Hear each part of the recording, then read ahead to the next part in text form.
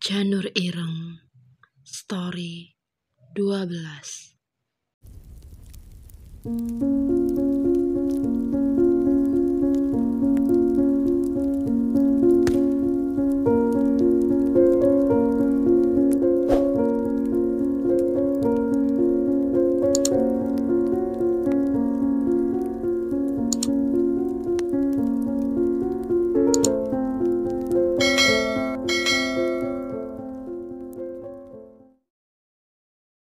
Santet Bokolono. Sabda melangkah turun dari mobil diikuti oleh Sugi. Bersama-sama mereka menaiki tangga rumah utama. Saat tiba di puncak, Sabda hampir saja bertabrakan dengan seseorang yang melangkah keluar. Intan Kuncoro.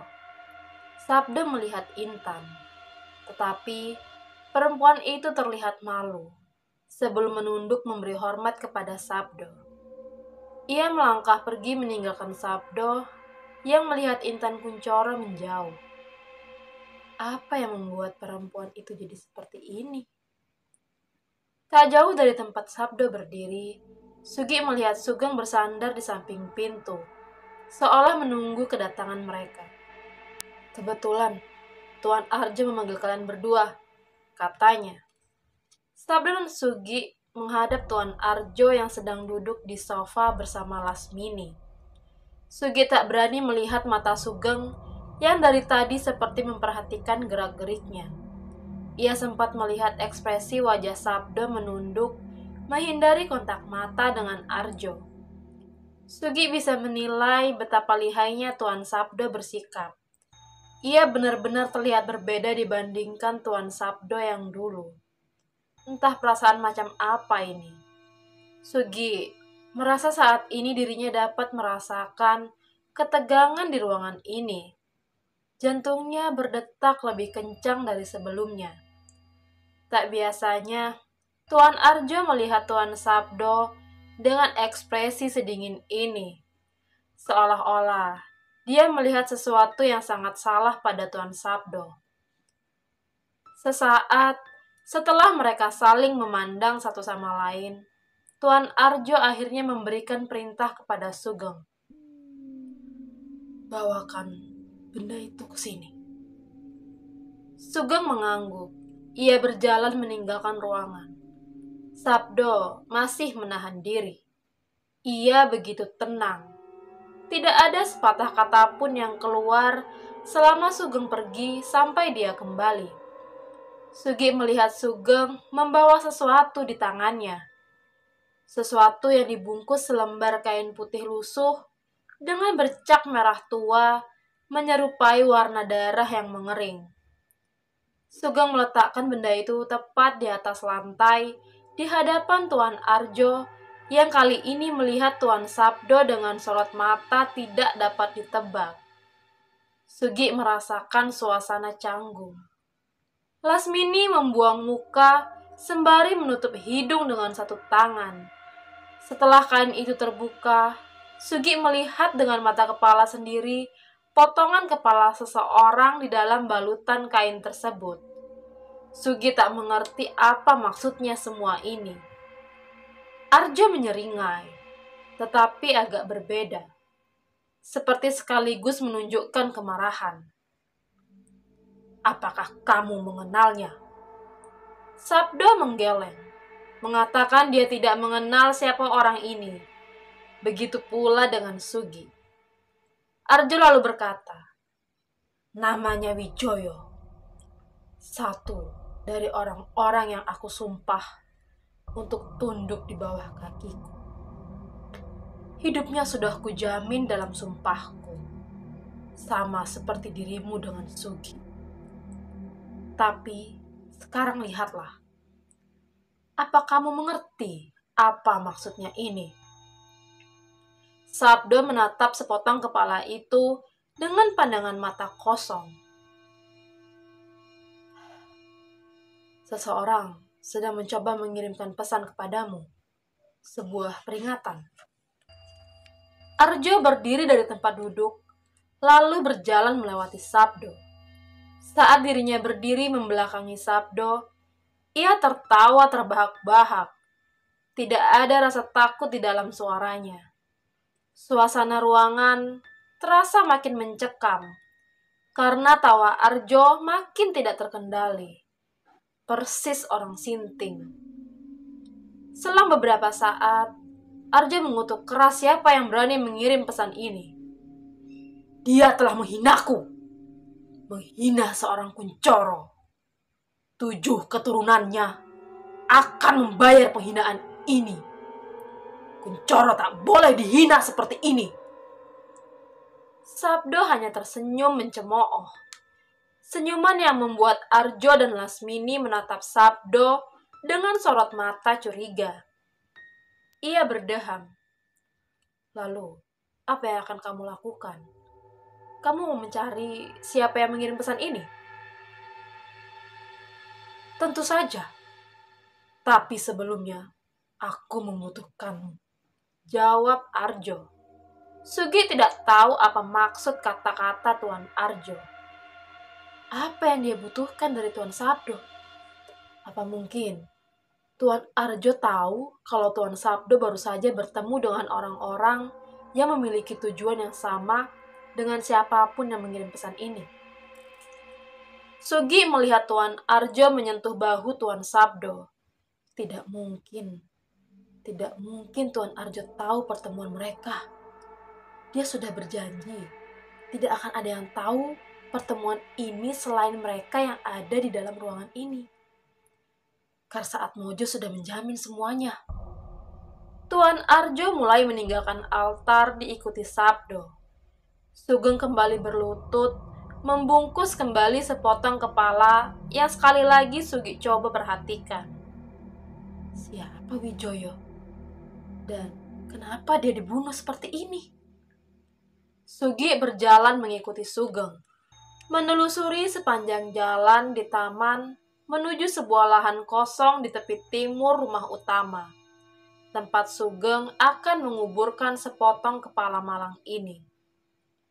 Tiba-tiba Sugeng berkata kepada Sugi, "Kamu pasti ingin bertanya, apa yang dilakukan Tuan Arjo kepada Tuan Sabdo, bukan begitu?" Seperti yang Sugi duga, Sugeng seperti bisa membaca pikirannya. Sejak tadi, Sugi sudah menahan diri.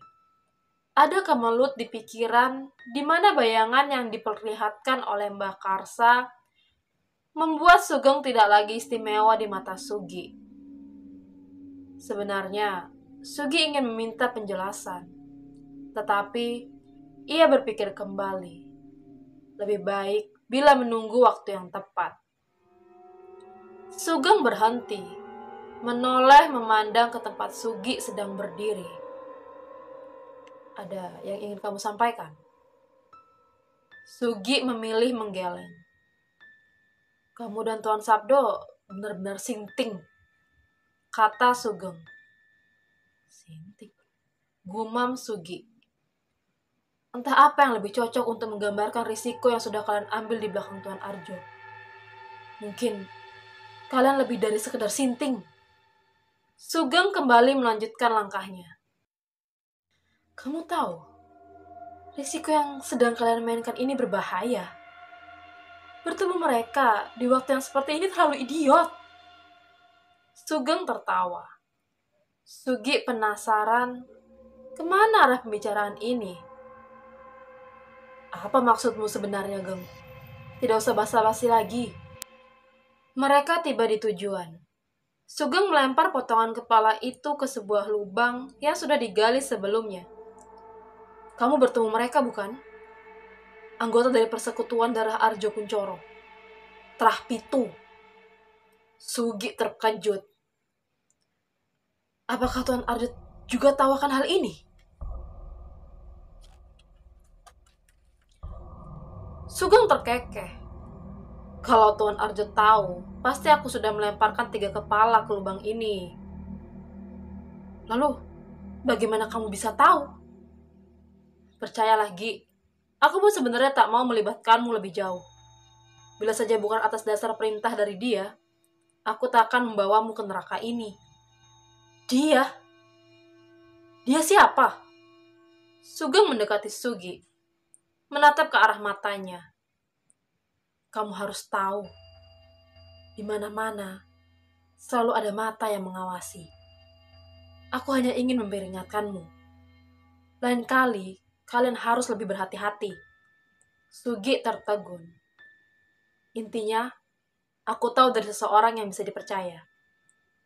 Informan yang sama menyarankanmu agar aku membawamu ke tempat ini, kata Sugeng. Kamu akan memiliki peran besar dalam permainan ini. Keterlibatanmu akan mengubah semuanya. Alasan macam apa itu? Batin Sugi. Sebentar lagi, kata Sugeng. Tunggu. Sebentar lagi, dan kamu akan percaya kepadaku. Kamu juga harus melihat bahwa permainan mereka akan segera menemui babak terakhir. Hanya yang dapat melihat peluang saja yang bisa bertahan. Sugeng menutup lubang, kemudian menancapkan sebatang pohon randu. Kamu juga akan tahu, bila kita sebenarnya tidak lebih dari sebidak pion kecil yang dimainkan oleh orang-orang seperti mereka. Saat ini, semua masih bersembunyi di balik layar, menyusun strategi satu sama lain. Sugeng meletakkan cangkul tersebut di samping kuburan, lalu berkata, malam ini, Tuan Sabdo akan menjadi Canguk Sono yang sebenarnya. Satu bidang utama dalam permainan ini mulai bergerak. Kemana dia memutuskan? Aku tak tahu, karena semua kejadian ini akan menentukan garis takdir dari masing-masing pemain. Semua? Benar, Gi. Semua dari belukar bunga Wijaya Kusuma. Tempat sekuntum bunga harus gugur bahkan sebelum dia mekar. Sugeng berlalu pergi meninggalkan Sugi. Besok, ikutlah denganku. Sudah seharusnya aku memberitahumu sesuatu agar kamu lebih siap. Sabdo berjalan di belakang Tuan Arjo. Bersama-sama, mereka melangkah di antara altar rumah utama menuju ke suatu tempat yang bahkan tidak pernah Sabdo ketahui keberadaannya sebelumnya. Di balik puluhan pintu yang sudah mereka lewati, Sabdo merasa bahwa akan terjadi sesuatu kepada dirinya. Peringatan dari mereka tak seharusnya menggoyahkan diriku, batin Sabdo seraya memandang punggung Arjo. Seseorang yang selama ini dia kenal sebagai bapak kandungnya. Benarkah apa yang dikatakan oleh mereka? Batin Sabdo mendadak ragu. Di saat mereka berjalan di lorong tersebut, Arjo bercerita, Sabdo, apakah kamu tahu bila dahulu ibumu adalah seorang penari yang hebat? Kata Arjo membuka percakapan. Dia selalu tampil memukau, membuat semua mata tak berhenti memandang dirinya. Aku bahkan masih ingat saat melihat ibumu berlenggak-lenggok dari satu panggung ke panggung lain. Entah sudah beberapa kali aku mengikuti ibumu yang semakin menunjukkan kualitas dirinya sebagai seorang penari hebat. Semakin lama, aku tidak bisa menahan godaan ini.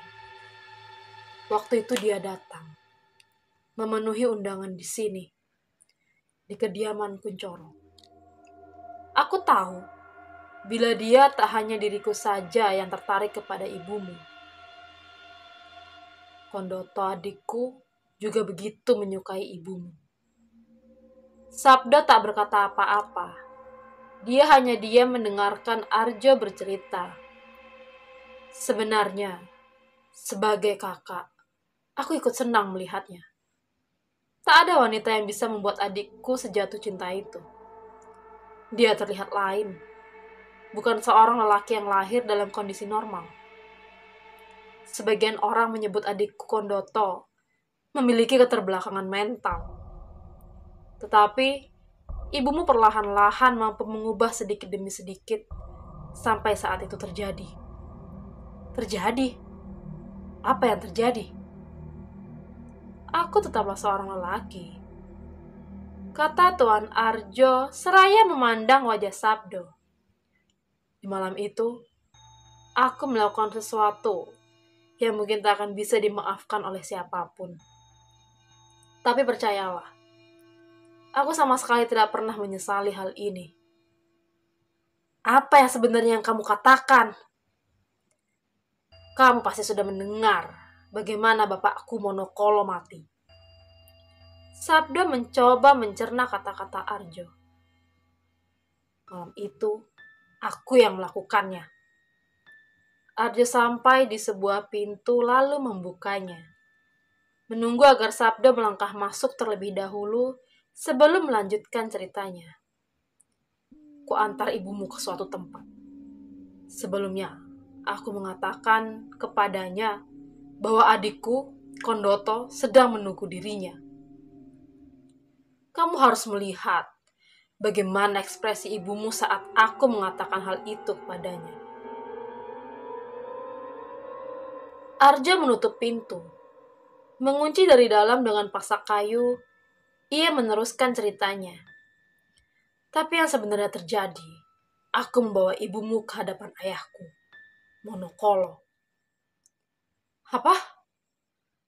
Apa maksudmu? Kamu tahu maksudku. Kamu sudah cukup dewasa untuk tahu akan hal ini, kata Arjo. Aku sendiri tidak mengerti apa yang ibumu lihat dari adikku, Kondoto yang cacat itu. Arjo melihat Sabdo. Aku masih ingat dengan jelas bagaimana ibumu berteriak kepadaku mengutuk perbuatanku. Tapi aku tidak pernah peduli dengan hal itu. Sebenarnya, ada satu hal yang tidak diketahui oleh bapakku Monokolo. Bila perempuan yang sudah dia tiduri malam itu adalah perempuan yang sangat dicintai oleh anak kandungnya sendiri, yang memiliki keterbelakangan mental. Kamu tahu bagaimana wajah Kondoto saat aku memberitahukan hal ini? Tunggu. Jangan bilang kamu... Arjo tersenyum. Sabdo sudah tahu kemana arah pembicaraan ini. Sembari berjalan menelusuri lorong, Arjo melanjutkan ceritanya. Kondoto begitu marah. Dia tidak bisa dikendalikan lagi. Sampai-sampai dia berkata kepadaku, bersumpah dengan kedua tangannya sendiri, dia akan menghabisi Monokolo yang tak lain adalah bapak kami sendiri. Kamu merencanakan ini semua. Jadi kamu benar-benar melakukannya. Tenanglah, tenang. Bagaimanapun juga, kemungkinan kamu anakku masih begitu besar. Karena aku juga pernah merasakan tubuh ibumu. Jadi kamu tidak perlu terlalu marah. Aku hanya menceritakan sedikit dosaku, agar kamu tahu. Sabdo mendengus. Dalam diam, ia meremas tangannya rapat-rapat. Arjo memandang Sabdo lalu berkata, kamu tidak marah kan? Seandainya pun ternyata aku bukan bapakmu, aku tetap akan menjadi satu-satunya orang yang akan ada di pihakmu. Ingat itu. Sabdo tersenyum mengangguk. Tubuhnya membeku, tidak dapat bergerak lagi setelah mendengar semua itu. Baguslah, kata Arjo. Pandangan matanya kini beralih pada apa yang ada di hadapan mereka. Sesuatu yang menyerupai kolam pemandian dengan patung seekor kambing bertanduk panjang yang dibuat dari tanah liat. Di tempat ini, aku melihat Canguk Sono yang sebelumnya mati tenggelam di sana dengan bermandikan darahnya sendiri. Tapi sekarang, aku juga yakin bila di tempat ini Canguk Sono yang baru akan lahir. Arjo menatap Sabdo. Tatapan itu, Sabdo mengenal tatapan itu. Tatapan penuh dengan keserakahan yang kali ini bisa Sabdo lihat langsung dari mata Arjo. Dia benar-benar terlahir sinting.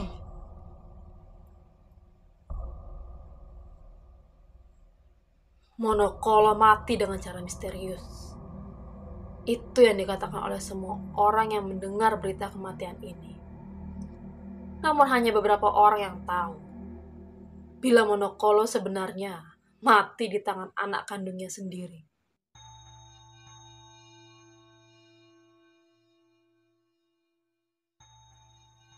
Monokolo mati dengan cara misterius. Itu yang dikatakan oleh semua orang yang mendengar berita kematian ini.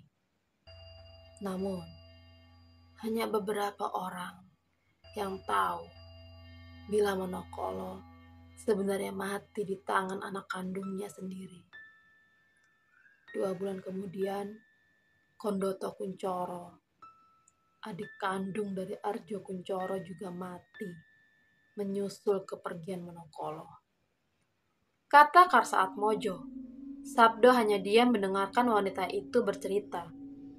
Sabdo terkejut mendengar hal ini. Priyugo Anggodo tiba-tiba ikut berkata, "Kupikir kematian Kondoto juga bukan hal yang biasa. Aku berpendapat kemungkinan Arjo berada di balik kematian Canguk Sono ini. Tapi kami tidak memiliki bukti apapun. Karena seandainya pun kami memiliki bukti, tidak akan mengubah apapun. Mengingat di dalam perkumpulan ini tidak boleh ada yang ikut campur dalam masalah keluarga." Anggodo benar. Kami tidak bisa ikut campur, kata Mbah Karsa. Hal yang membuatku sedikit iri adalah tidak ada yang bisa memprediksi ilmu keluarga Kuncoro. Karena Bokolono yang memilih kepada siapa dia akan mengabdikan diri. Saat ini, kamu yang mendapatkan makhluk ini, kata Codro. Perewangan. Sabdo memandang ketiga orang yang saat ini tertuju melihat dirinya dalam-dalam. Bokolono adalah salah satu dari beberapa perewangan yang diberikan oleh Karsa. Menahan diri, ia memandang ke Priyugo Anggodo dan Codro. Mereka menggeleng bersama-sama seakan melarang Karsa menceritakan kisah itu. Sabdo tahu diri, mungkin dirinya belum pantas untuk tahu kehidupan mereka semua. Lalu, apa yang kalian inginkan dariku? Aku benci dengan sesuatu yang bertele-tele seperti ini. Tawa pecah Codro menggema di ruangan. Berbeda dengan Codro, Priyugo Anggodo serta Karsa Atmojo memilih untuk diam memandang ke tempat Sabdo sedang duduk. Mereka menghormati Sabdo. Bantu aku menghabisi Arjo Kuncoro. Kamu tahu alasan kenapa aku begitu ingin melakukannya, ucap Karsa Atmojo. Sabdo hanya diam tidak menjawab permintaan Atmojo sampai detik ini. Di sepanjang lorong, Sabdo melihat semuanya. Gumpalan daging dari binatang yang digantung di setiap sisi lorong. Semua sudah dalam kondisi terpenggal, dikuliti, membiarkan darah binatang itu menetes menggenangi lantai. Gumpalan binatang itu berwarna merah kehitaman. Saat Sabdo melewatinya, seakan-akan tak ada lagi darah tersisa di tubuh binatang itu. Untuk apa Arjo membawa dirinya ke tempat ini? Tidak jauh dari lorong, Sabdo melihat sebuah kolam kecil yang berwarna merah darah dengan patung kambing yang dirinya kenal. Bokolono. Arjo berjalan mendahului Sabdo sebelum meraih sebilah parang dari atas meja di sudut-sudut ruang. Arjo melihat Sabdo dengan senyuman menyeringai. Kita buktikan sekarang seberapa dahsyat ilmu Canguk Sono yang kamu warisi. Semalam Sugi tidak bisa tidur. Sesekali ia menguap sembari menunggu jemputannya. Ia memikirkan banyak hal yang mengganggu. Tentu saja, yang paling tidak bisa dirinya lupakan adalah apa yang sudah ditunjukkan oleh Mbah Karsa kepada dirinya. Ia ingin bertanya tentang kebenaran itu kepada Sugeng, tetapi dirinya masih ragu. Hari ini, Sugi juga tidak melihat Tuan Sabdo sama sekali. Tidak biasanya, Tuan Sabda menghilang seperti ini. Sebuah mobil mendekat ke arah Sugi sebelum berhenti tepat di depannya. "Mas Sugi, kita berangkat sekarang," kata Sugeng. Sugi melangkah masuk ke dalam mobil. Bersama mereka berkendara menelusuri jalan. Sugi tidak bertanya kepada Sugeng kemana mereka akan pergi. Ia memilih diam, mengawasi sekeliling meski Sugeng sudah berkali-kali membuka obrolan. Setelah menempuh perjalanan berjam-jam, Sugeng akhirnya menghentikan mobil di bahu jalan lalu melangkah keluar. Terlihat sebuah kebun teh yang sangat luas. Mereka berjalan menuju jalan setapak yang mengarah ke sana. Sugi berjalan di belakang Sugeng. Dalam hati Sugi bertanya-tanya sebenarnya kemana mereka pergi. Terlihat sebuah jalan tanah di mana Sugeng berkata akan ada yang menjemput. Ia lalu bersandar pada salah satu pohon besar di samping jalan. Dia mengeluarkan sebatang rokok, menawari Sugi yang memilih menolak. Setelah menunggu beberapa saat, terdengar suara gemerincing bel dari sebuah kereta kuda. Sugi melihat benda itu mendekati, lalu berhenti tepat di hadapan mereka.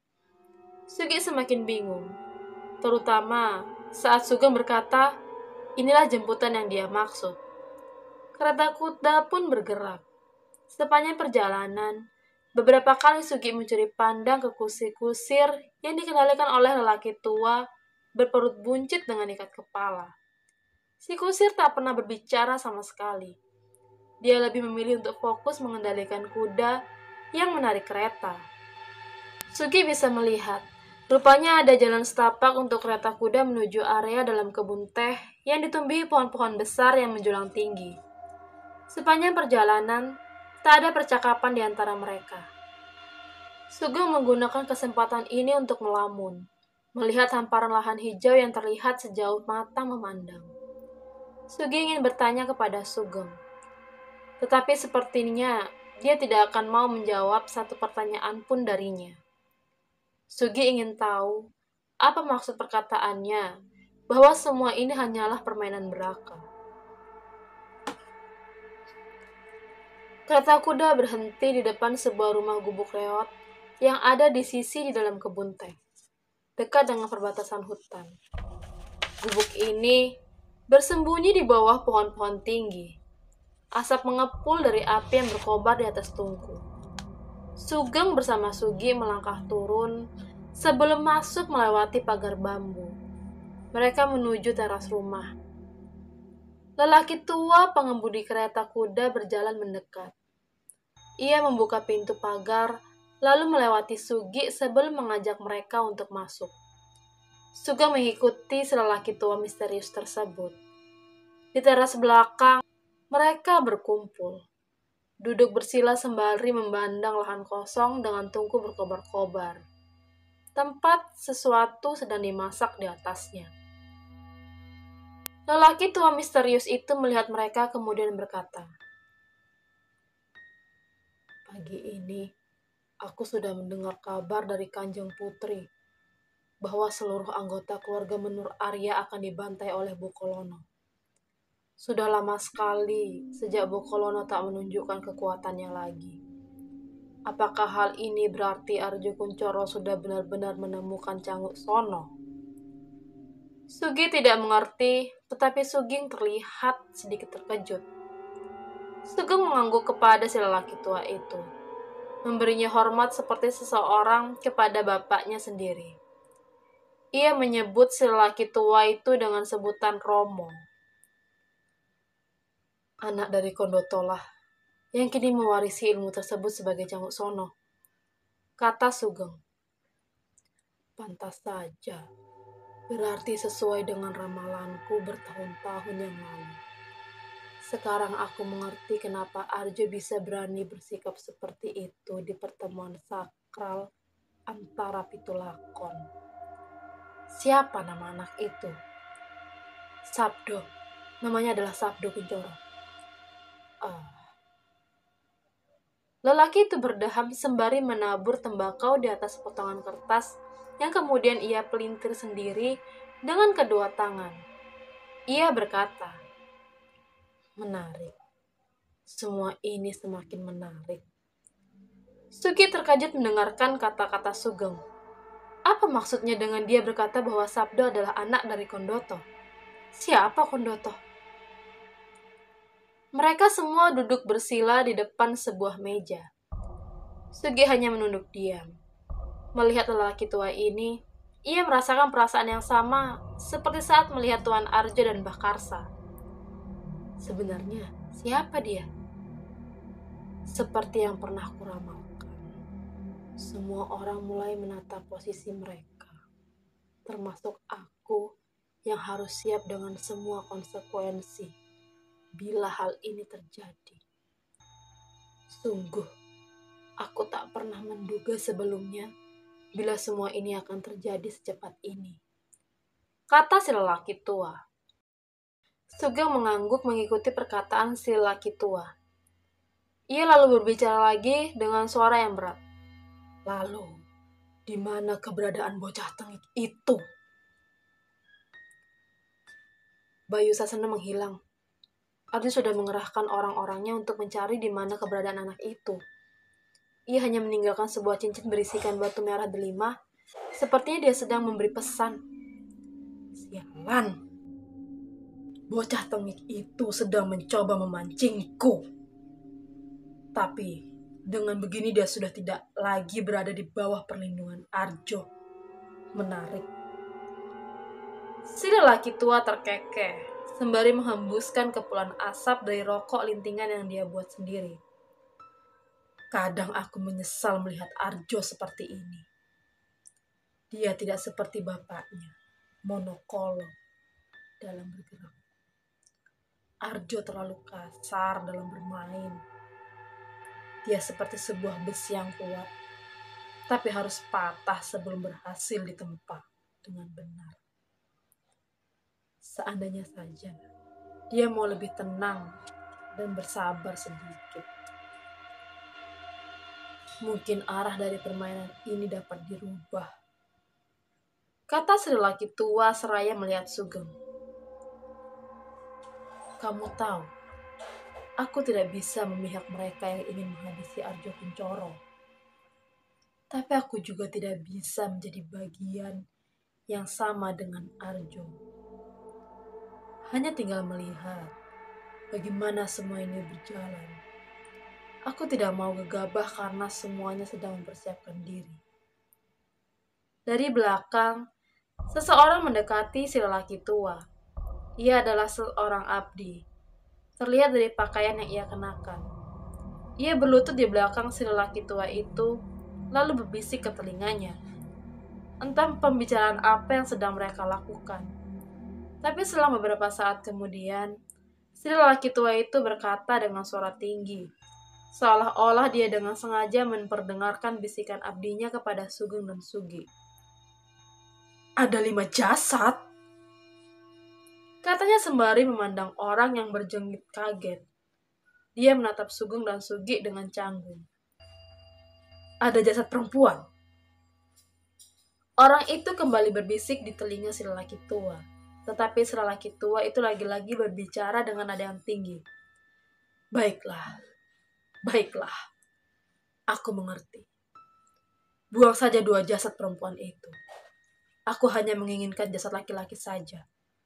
Bawa mereka ke kamarku. Sugi hanya diam saat mendengarkannya. Ia tidak tahu harus bereaksi seperti apa. Lelaki tua mengedarkan pandangan, menatap ke arah Sugi. Apakah kamu sudah mengikat darah dengan si Canggu Sono, nak? Sugi terkejut. Rupanya, sejak tadi dia menyadari kehadirannya. Namamu Sugi Bahir, kan? Jangan kamu salahkan Sugeng. Dia tidak bersalah. Sebenarnya aku yang memerintahkan dia agar membawamu masuk ke dalam lingkungan keluarga Kuncoro. Karena kamu adalah kudro bagi keberlangsungan akhir riwayat Arjo Kuncoro. Lelaki tua itu menyeringai. Ingat-ingatlah namaku, nak. Aku adalah Sobo. Sobo. Sekarang ikutlah denganku. akan kujamu kalian dengan makanan yang lezat, karena kalian sudah mau datang jauh-jauh ke sini untuk menemuiku. Sugi menoleh ke Sugeng yang mengangguk memberi gestur bahwa mereka tidak boleh menolak ajakan Sobo. Mereka keluar dari pagar rumah reot. Rupanya, rumah ini hanya tempat singgah. Mereka berjalan mengikuti Sobo. Sugeng mengatakan kepada Sugi, sebaiknya mereka tidak menolak tawaran dari orang-orang sejenis Sobo. Karena orang seperti mereka tidak mau mendengar kata tidak dari siapapun. Sugi mengangguk mengerti. Dia baru menyadari bahwa di belakang gubuk reot ini terdapat jalan setapak mengarah semakin dalam ke perbatasan hutan. Kini tanah yang mereka injak terasa becek berwarna kehitaman dengan bau busuk. Bebauan ini membuat Sugi merasa tidak nyaman. Beberapa kali Sugi sampai harus menutup hidung saat mengikuti jejak lelaki berperut buncit bernama Sobo tersebut. Entah kenapa, bisa berjalan jauh lebih cepat dibandingkan mereka yang lebih muda. Kamu tadi dengar kan apa yang dia katakan? Kata Sugi yang terdengar seperti berbisik. Soal apa? Tanya Sugeng sembari menendang batu kerikil kecil yang ada di hadapannya. Dia bilang, jasad perempuan serta laki-laki. Kamu pikir, untuk apa dia menyimpan hal-hal seperti ini dalam kamarnya? Sugeng tidak menjawab pertanyaan Sugi. Ia menambah kecepatan. Sugi sesekali mendapati Sugeng melihat ke atas, memandangi ranting-ranting pohon dengan dedaunan rimbun berwarna kehijauan. Sugeng membuang muka seakan menghindari kontak mata dengannya. Kadang, lebih baik kamu tidak tahu apa yang mereka lakukan, kata Sugeng. Apa? Ia tak mengerti maksud dari kata-kata Sugeng. Sugeng menghembuskan napas panjang. Orang-orang seperti mereka memiliki sesuatu yang tak ingin diketahui oleh sembarang orang. Sugeng berhenti.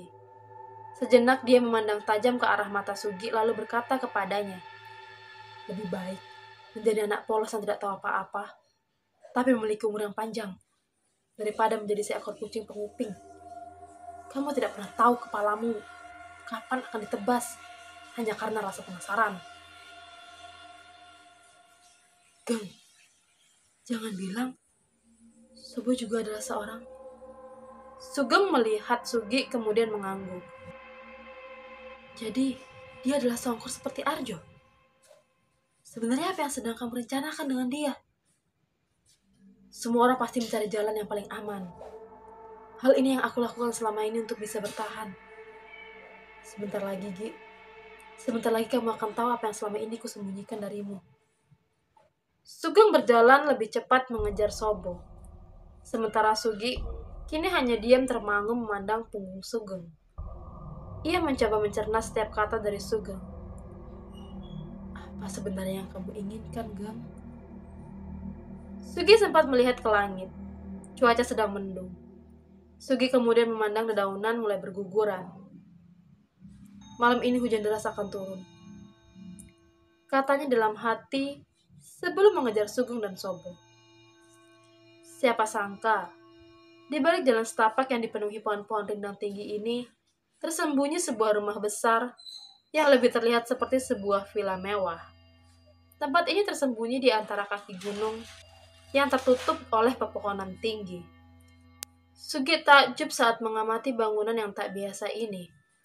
Belum pernah dirinya melihat tempat seperti ini selain di kediaman milik keluarga Kuncoro yang selama ini ia tinggali. Tempat ini tidak kalah megah.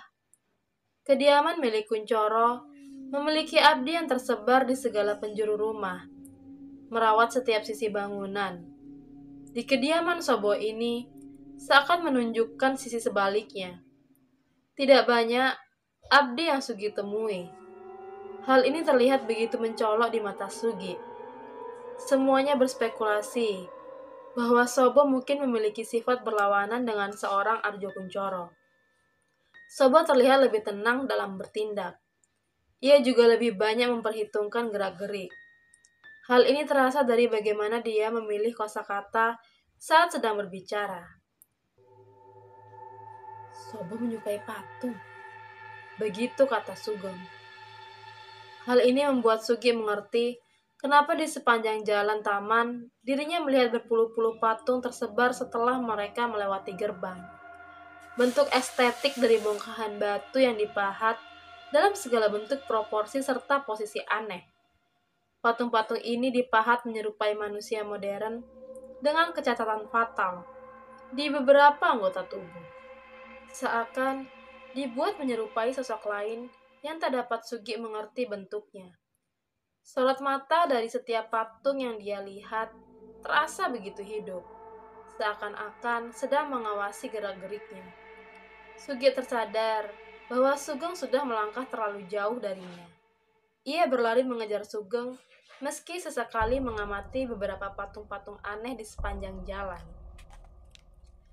Sugi berjalan menyusuri selasar, kemudian menapaki anak tangga marmer. Sebuah pintu besar terpampang di hadapan mereka. Sobo membuka pintu tersebut, sehingga mereka dapat melihat pemandangan yang ada di dalam villa. Tempat ini terlihat jauh lebih megah dibandingkan tampilan di luar villa.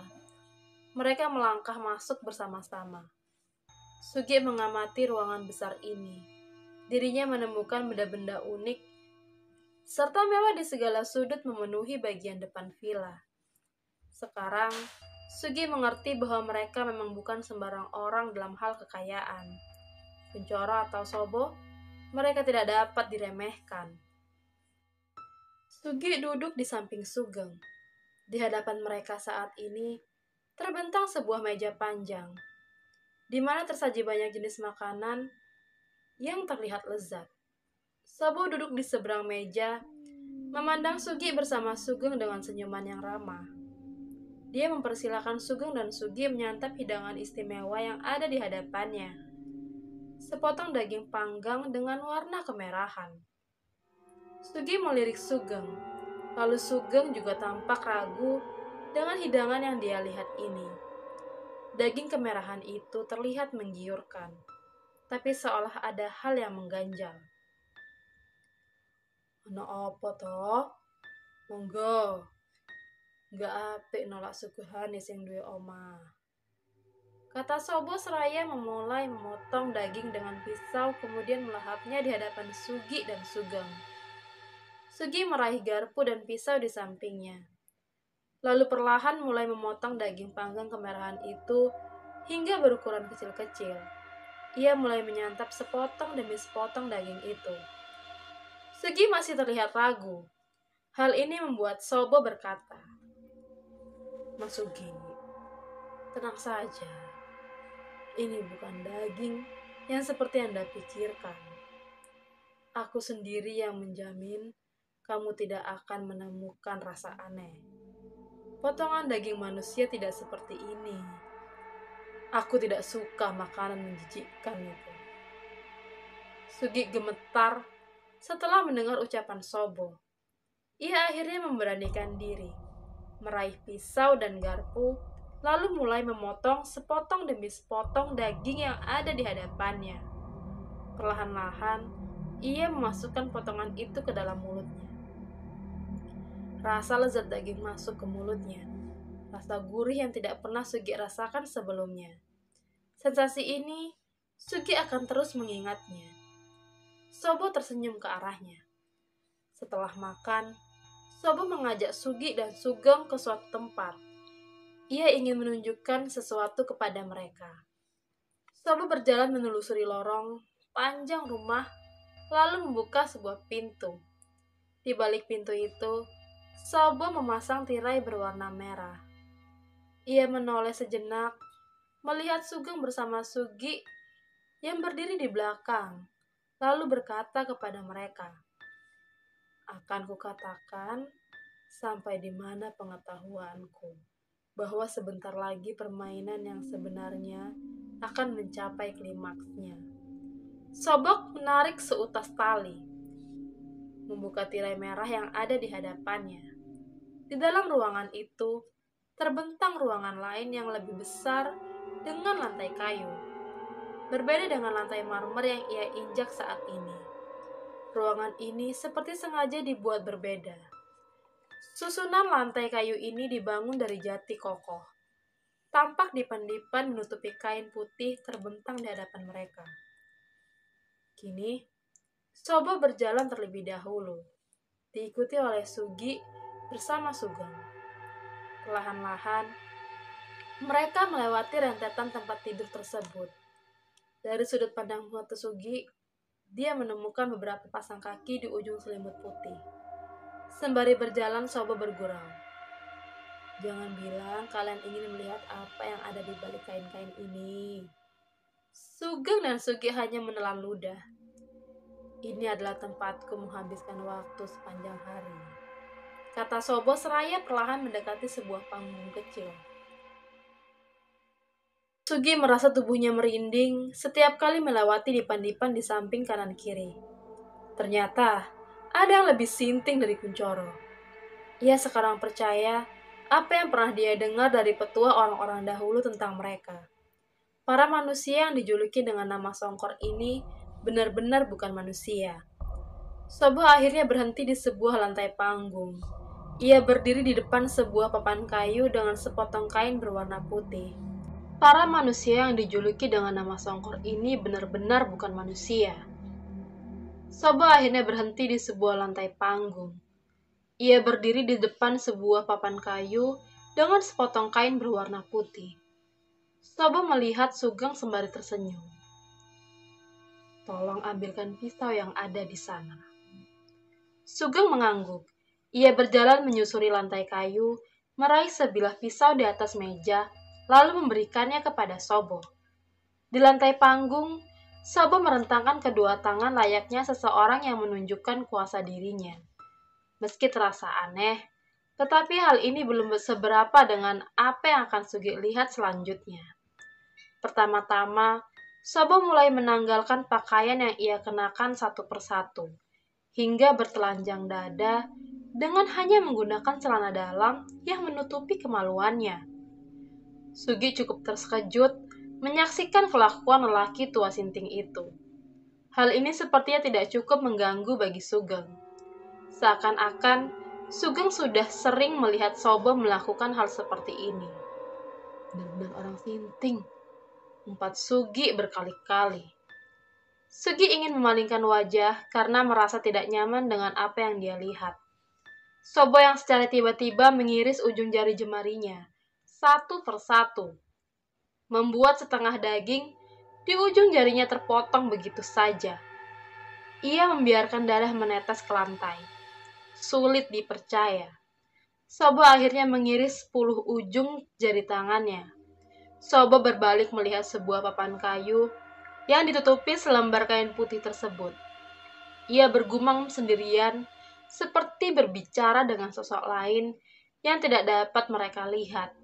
Kemudian Sobo menarik kain putih di papan kayu tersebut. Sugi tercengang. Ia melihat banyak sekali simbol diikuti sebuah tulisan-tulisan asing, serta garis-garis yang menghubungkan satu sama lain. Melihat beberapa bentuk simbol serta tulisan berwarna merah kehitaman, Sugi mengerti bahwa tulisan-tulisan ini sudah dibuat cukup lama. Dan sepertinya semua ini ditulis menggunakan darah Sobo. Aku melihatnya. Malam ini pembantaian seluruh keluarga Menur Arya akan dimulai. Sobo berkata seraya mencoret salah satu simbol dengan darah yang terus keluar dari jari jemarinya. Ia kemudian menggores panjang seperti menarik garis lurus pada simbol lain. Sugi merasa ngilu melihat Sobo melakukan itu. Menur Arya adalah salah satu keluarga yang langsung berada di bawah kepemimpinan Atmojo. Hal ini akan menimbulkan konflik besar, di mana Sewu Dino bisa dikirim. Tetapi, Sobo kini berbicara sendiri. Suaranya terdengar aneh, bukan seperti dirinya, melainkan suara perempuan. Jangan meremehkan siapa Canguk Sono. Dua iblis tak akan berani menyentuh Kuncoro dengan Bokolono ada di belakang mereka. Iblis sialan ini sudah diambil alih oleh bocah kecil ini. Tapi, semua ini akan berbeda bila Anggodo serta Codro mau ikut andil dalam pertikaian ini. Sayangnya, dua pengecut ini tak akan mau mengambil risiko besar seperti ini. Jadi, Rojot akan mengarah ke sisi lain dari bunga Wijaya Kusuma yang sedang mekar. Sugeng mencatat apa yang dikatakan oleh Sobo di sebuah buku kulit yang terlihat tua. Sobo menarik garis panjang kembali, mengarahkan ke simbol lain yang berada di bagian lebih jauh. Sesuatu. Ia seperti menahan dirinya untuk beberapa lama. Sesuatu dibutuhkan untuk membalas perlakuan Kuncoro ini. Setetes darah dari keluarga Menur Arya, santet Janur Ireng, sepertinya akan ditunaikan di malam sebuah pernikahan berdarah itu. Aku mencium aroma amis darah akan tertumpah. Darah ini tak akan pernah bisa kering. Arjo harus memilih pilihan yang benar. Karena bila sampai ia tak menyadari satu kesalahan yang sudah dia buat, maka akhir dari riwayat pertikaian ini akan terlihat jelas di mataku. Katakan kepada Sobo untuk menahan diri, menunggu apakah Janur Ireng bisa ditunaikan oleh Atmojo seorang diri, ataukah ada satu lagi yang sedang menunggu momen untuk membantu dirinya. Semua harus bersiap. Sampaikan pesanku ini kepadanya. Jangan sampai ada rincian yang tidak kamu tulis. Apa kamu mengerti? Mengerti, Kanjeng Putri. Lalu, apa maksud Anda dengan ada satu lagi yang sudah menunggu? Sugeng bertanya. Sayang sekali, aku tak boleh melihat lebih jauh dari ini. Ratu akan menghabisiku bila mencuri kesempatan ini untuk melihat dirinya. Bagaimanapun, semua harus terlihat adil satu sama lain. Biarkan takdir yang berbicara sendiri. Sugeng mengangguk, sementara Sugi bingung melihat coretan-coretan itu. Bila diperhatikan dengan benar, semua ini seperti membentuk sebuah pola. Di sana tertulis beberapa nama seperti Sri, Sabdo. Di dalam kepala Sugi yang berkecamuk, tiba-tiba dirinya tersentak saat mendengar Sobo berkata, seraya melihat ke arah dirinya. Ia menyeringai dalam bola mata berwarna hitam. Kamu akan ikut andil dalam peristiwa besar ini. Tapi kamu juga harus mengakhirinya. Sugi menatap papan tempat namanya ditulis dengan darah, tepat di bawah nama seseorang yang ia kenal, Intan Kuncoro.